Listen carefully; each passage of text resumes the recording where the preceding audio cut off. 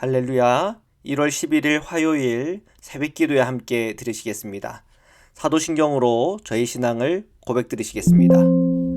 전능하사 천지를 만드신 하나님 아버지를 내가 믿사오며 그 외아들 우리 주 예수 그리스도를 믿사오니 이는 성령으로 잉태하사 동정녀 마리아에게 나시고 본디오 빌라도에게 고난을 받으사 십자가에 못 박혀 죽으시고 장사한 지 사흘 만에 죽은 자 가운데서 다시 살아나시며 하늘에 오르사 전능하신 하나님 우편에 앉아 계시다가 저리로서 산자와 죽은 자를 심판하러 오시리라.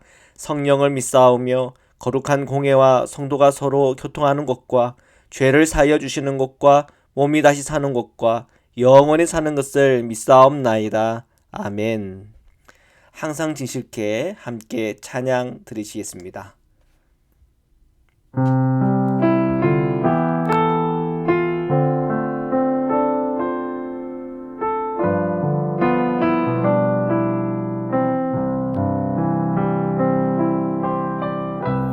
항상 진실케 내 맘 바꾸사 하나님답게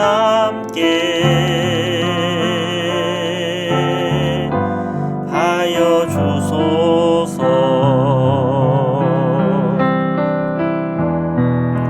주는 포기장이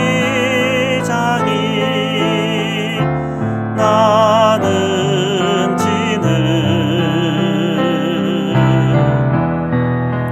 날 빚으소서 기도하오니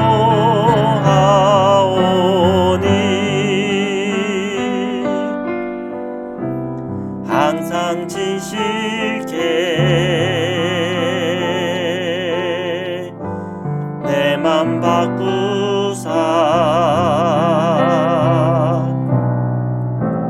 하나님답게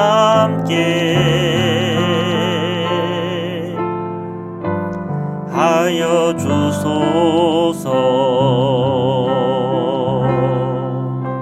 아멘. 거룩하신 하나님, 오늘 이 새벽에도 저희들을 불러주시고 함께하시고 저희와 동행하시는 주님을 높여드립니다. 하나님, 저희들의 심령과 마음이 그리스도 안에서 기쁨과 감사로 넘치게 하시고 저희들 오늘 이 새벽 아침 저희들의 심령과 마음속에 주님께서 허락하시는 평안으로 응답하여 주옵소서. 주님 말씀을 함께 읽고 묵상하는 중에 그 말씀으로 깨닫게 하시고 그 말씀으로 살아가는 자가 누리는 기쁨과 감사가 저에게 넘치게 하여 주시옵소서. 거룩하신 예수 그리스도의 이름으로 기도드립니다. 아멘. 네, 우리 하나님의 말씀을 함께 보시겠습니다. 오늘은 새 구절을 가지고 보겠는데요. 이번 이제 1월달 우리 생명의 삶 본문이 누가복음 1장에서 8장입니다.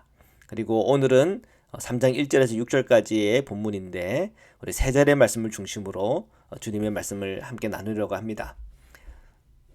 자, 누가복음 2장 52절의 말씀입니다. 누가복음 2장 전체를 다 함께 읽어보면 좋겠지만 생략을 하고 52절만 보겠습니다.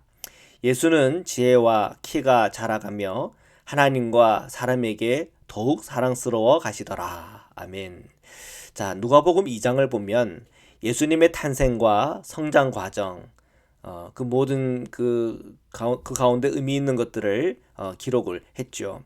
자, 목자들이 계시를 받아서 예수님을 뵙고 경배하는 일이 있었고요.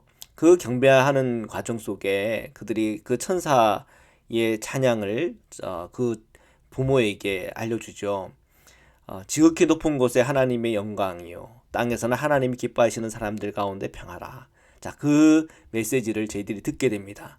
아, 그렇구나. 예수님의 탄생은 하나님께 영광이고 또한 예수님의 탄생은 이 땅에서 하나님이 기뻐하시는 사람 가운데는 정말 평화의 메시지구나 하는 것을 우리가 보게 되죠. 이것은 단순히 예수님의 이 메시아 탄생을 가지고만 의미를 가질 게 아니라 오늘 예수님을 믿는 저와 여러분이 예수 그리스도를 믿고 따르는 제자요, 또한 하나님의 백성이요 하나님의 자녀일 때 그것이 또 얼마나 큰 영광이 되는지, 또한 믿고 함께 형제되고 교회를 이루는 이들 안에 늘 평화를 이루는 통로가 되는지를 다시 한번 발견하게 되는 겁니다. 왜요? 우리가 이제 이 누가복음 2장을 통해서 예수님이 어떤 분이십니까? 참 하나님이시며 동시에 참 인간됨을 알게 되잖아요. 주님께서 참 인간이라고 하는 건 뭡니까? 우리가 주님을 따를 수 있다는 얘기죠. 주님께서 참 하나님이라는 의미는 뭡니까? 우리가 주님을 예배해야 된다는 사실이죠. 자, 우리가 이 누가복음 2장을 보면 또 할례일 8일째 되는 날 이 시몬이라고 하는 경건한 사람이 성령께 이끌려 찬송하는 장면이 나오죠. 이방을 비추는 빛이요 그리고 이스라엘의 영광이라 그렇게 말했습니다. 여기서 이 복음이 가지고 있는 의미를 알게 돼요. 이 복음이라고 하는 것은 단순히 유대인들을 위한 복음뿐 아니라 이방을 비추는 복음이라는 겁니다. 이방이라고 하는 것은 할례 받지 못한 그런 이방인이죠.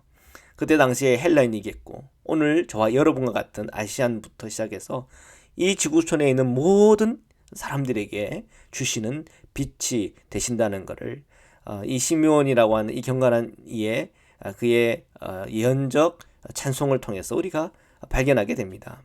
그리고 또 마리아에 대해서는 이렇게 얘기해요. 칼이 내 마음을 찌르듯 할 것이다. 예수님의 그 십자가에 대한 예언을 이렇게 하고 있죠.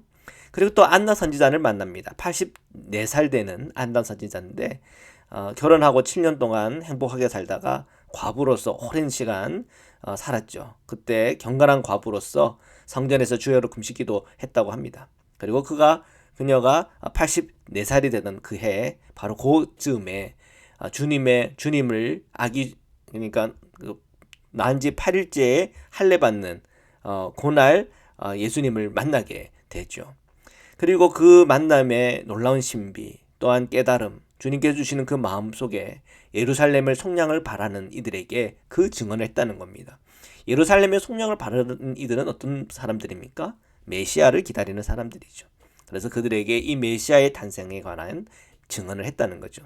그 증언을 누가가 듣고 이렇게 기록을 한 것입니다.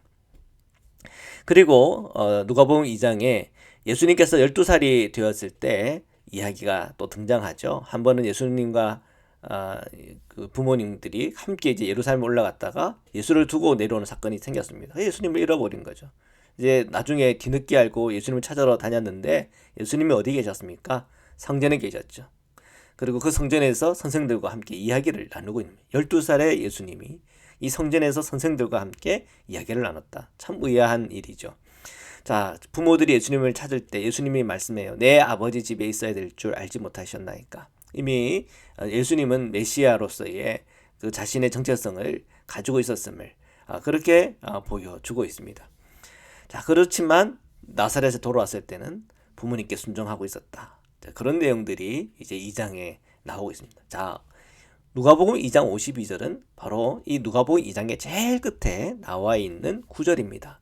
예수님은 지혜와 키가 자라가며 하나님과 사람에게 더욱 사랑스러워 가시더라. 아멘. 자, 예수님의 탄생과 성장의 그 모든 과정 속에서 정말 주님께서 메시아로서 준비되어지고 또 성장해지고 하는 그 모든 과정을 우리에게 보여주고 있습니다. 자, 이러한 기록을 통해서 참 인간 되신 주님을 우리에게 보게 되죠. 오늘 저와 여러분도 주님께서 성장하신 것처럼 주님께서 모든 사람에게 사랑스러워졌던 것처럼 그렇게 성장해야 한다는 것을 또 우리에게 보여주고 있죠. 자, 계속해서 말씀을 보겠습니다. 누가복음 3장 2절입니다. 안나스와 가야바가 대제사장으로 있을 때에 하나님의 말씀이 빈들에서 사가랴의 아들 요한에게 임한지라. 예, 자, 세례 요한은 세례 요한대로 특별한 탄생에 관한 이야기가 기록되어 있고요. 자, 이 세례 요한은 계속 이제 이 빈들에 거하면서 영적인 주님과의 교제 시간을 가져요. 그리고 3장 2절에 보면 구체적인 때가 나옵니다. 안나스와 가야바가 대제사장으로 있을 때. 그 앞구절에 보면 3장 1절에 디베레오 황제가 통치한 지 15년. 자, 이런 이제 역사적 한 시점을 이렇게 명시하고 있어요.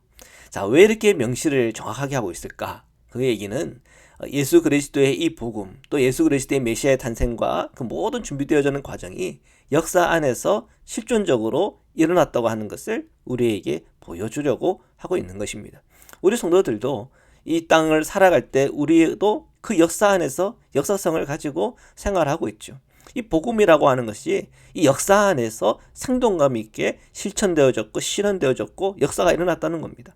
오늘 우리 성도들의 삶도 역시 우리가 살아가는 이 역사 안에서 주 예수 그리스도를 전하고 그 복음의 능력을 가지고 이 역사 안에서 이루어지는 것을 보고 증언하는 그 기쁨이 있으면 좋겠습니다. 자, 이 세례 요한의 사역을 통해서 보게 되는 게, 자, 이 사역이 그냥 시작된 것이 아니라 세례 요한이 이 빈들에서 경건의 시간을 보내면서 시간을 기다린 주님의 때, 이 역사의 한순간, 그 때가 왔을 때 주님께서 그에게 말씀하셨습니다. 2절에 보니까 하나님의 말씀이 빈들에서 사가랴의 아들 요한에게 임했다고 그랬습니다. 자, 그 말씀이 임할 때 그가 주의 일을 감당하기 위해서 나아갔습니다. 정말 주님의 일이라고 하는 건 정말 주님의 말씀보다 앞서서도 안 되겠죠. 성령보다 기도보다 앞서서도 안 되겠죠. 늘 주님의 말씀이 먼저고 그 말씀을 우리가 받고 그 말씀 안에 결단하여 한 걸음 한 걸음 나아가는 거죠. 자, 그러한 본을 세례 요한의 이 사역의 시작을 통해 우리가 보고 배우게 되는 것입니다. 자, 주님의 말씀이 임하고 나서 그제야 이 세례 요한은 요단강에서 회개의 세례를 전파했다고 성경은 기록하고 있습니다. 자, 그리고 이제 6절인데요. 읽겠습니다. 모든 육체가 하나님의 구원하심을 보리라 함과 같으니라. 자, 세례 요한이 주의 길을 준비하라는 이사야의 예언의 말씀에 이 성취의 때가 지금 왔고 내가 그 일을 하고 있음을 그 모여있는 이들에게 전하고 있죠. 뿐만 아니라 그의 메시지 안에는 모든 육체가 하나님의 구원하심을 볼 것이다 예언하고 있습니다. 그리고 이 예언이 지금 성취되고 있다고 말씀하고 있는 겁니다.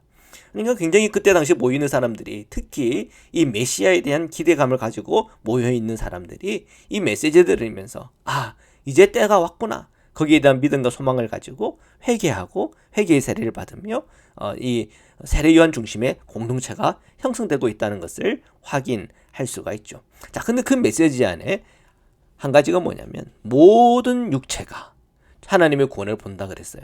그때 당시 유대인들은 누가 주의 구원을 보는 겁니까? 유대인만 주의 구원을 보는 거죠. 그런데 모든 육체라고 하는 것은 유대인만이 아니고 이방인도 하나님의 구원하심을 본다고 하는 그 메시지가 담겨져 있다는 거죠. 그러니까 이 세례 요한이 예수 그리스도의 이 복음이 어떤 것인가 하는 것에 대해서 이미 예언적으로 먼저 지금 이 모여있는 이 세례 요한 중심의 이 공동체에 전파하고 있다는 걸 발견할 수가 있습니다. 자, 예수님의 탄생과 성장을 이 누가복음을 통해서 관찰하면서 이 모든 것이 하나님의 구원의 계획이구나 하는 것을 깨닫게 됩니다. 그리고 동시에 하나님은 예수 그리스도를 통해서 우리에게 보여주는 것이, 자, 예수는 누구신가? 참 하나님이면서 동시에 참 인간이다. 그러니까 인카네이션 아닙니까? 하나님께서 자기를 비워서 이 땅에 오신 것 아닙니까? 자, 이 사건을 가져다 주는 의미에 대해서 깊이 생각하게 돼요. 주님께서 참 하나님이라고 하는 것은 우리가 예수님을 예배할 수 있다는 거죠. 그리고 동시에 참 인간이라고 하는 것은 우리가 예수님을 통해서 따라야 될 우리의 본이라고 하는 것을 보게 됩니다. 자, 세례 요한은 주의 길을 준비하는 자였죠. 그리고 유대인과 이방인에게 구원의 문이 열렸습니다 라고 처음 그것을 전파한 예언자이기도 합니다. 자, 그런 의미에서 예수는 또 누구십니까? 이 모든 구약의 예언의 성취가 되시는 분이요, 주께서 우리에게 주신 말씀의 성취가 되시는 것입니다. 이것을 우리는 뭐라고 그럽니까? 예수님께서는 말씀이 육체가 되어 오신 분이다. 그렇게 우리가 이 사도 요한의 표현으로 이렇게 표현할 수도 있는 것입니다. 자, 우리가 그리스도인으로서 우리의 삶을 가만히 생각해 보면 우리의 삶의 핵심은 무엇입니까? 예수 그리스도를 예배하는 것이요, 또한 예수 그리스도께서 걸어가신 그 길을 함께 걸어가는 겁니다. 그것이 곧 예수 그리스도를 믿는 믿음에서 예수의 믿음까지 성장하는 그런 우리의 길이요, 성도의 정체성입니다. 사랑하는 성도 여러분, 오늘 저와 여러분이 주 예수 그리스도를 다시 한 번 더 분명히 깨닫고 주님을 믿고 주님의 믿음을 닮아가는 그 은혜와 복이 저와 여러분에게 충만하시기를 주님의 이름으로 축원합니다. 말씀으로 기도드리시겠습니다. 사랑해 주님 감사합니다. 오늘도 주님의 말씀 앞에 섰습니다. 예수님께서 성장하셨던 것처럼 오늘 우리 모두 성도님들이 복음 안에서 성장하게 하시고 세례 요한의 사역을 통해 보았던 것처럼 오늘 우리 성도들이 예수 그리스도의 말씀을 듣고 그 예수 그리스도의 길을 개척하며 선포하며 나누며 주님의 일을 감당하는 주님의 사람으로 서게 하여 주옵소서. 날마다 우리가 예수님을 경배하고 예배하는 즐거움과 기쁨이 넘치게 하여 주옵소서. 주님 기도합니다. 주님을 고대하고 기대했던 당시에 84 안나 선지자와 같이 그리고 시므온처럼 주님의 다시 오심에 대해서 우리가 기다리며 또한 한 걸음 한 걸음 주님 안에서 경건의 삶을 살아갈 수 있도록 저희들을 축복하여 주옵소서. 오늘도 몸이 연약한 우리 성도님들이 기억하여 주시고 예수 그리스도 안에 치유와 회복을 허락하시고 우리 자녀들을 보호하여 주옵소서. 하나님 코로나19에 감염되어 있는 자들이 점점 더 확장되고 많아지는 그런 지금 시기에 놓여져 있습니다. 이런 위험과 위협 속에 우리 성도님들을 보호하여 주옵시고 그 모든 고통 속에 있는 우리 성도님들 또한 그 고통 속에 있는 사랑하는 이들을 주 예수 그리스도 이름 안에서 치유와 회복과 그 마음의 염려, 걱정, 근심을 떠나보내고 주 예수 그리스도 안에 있는 평강으로 인도하여 주시옵소서. 하나님 저희들의 직장에서나 가정에서나 삶의 모든 영역 속에서 주님과 동행하는 자가 누리는 기쁨과 축복을 누리게 하여 주옵시고 저희 모든 심령과 마음이 예수 그리스도 안에서 하나 되게 하시며 또한 평탄하며 기뻐하며 감사하며 또한 주님께 기도와 간구하는 그 모든 제목들 하나하나 속에 열매 맺으며 또한 기도의 응답이 있도록 주께서 함께하여 주옵소서. 거룩하신 예수 그리스도의 이름으로 기도드립니다. 아멘. 우리 주기도문으로 마치겠습니다. 하늘에 계신 우리 아버지여, 이름이 거룩히 여김을 받으시오며 나라에 임하옵시며 뜻이 하늘에서 이룬 것 같이 땅에서도 이루어지이다. 오늘날 우리에게 일용할 양식을 주옵시고 우리가 우리에게 죄 지은 자를 사하여 준 것 같이 우리의 죄를 사하여 주옵시고 우리를 시험에 들게 하지 마옵시고 다만 악에서 구하옵소서. 나라와 권세와 영광의 아버지께 영원히 있사옵나이다. 아멘.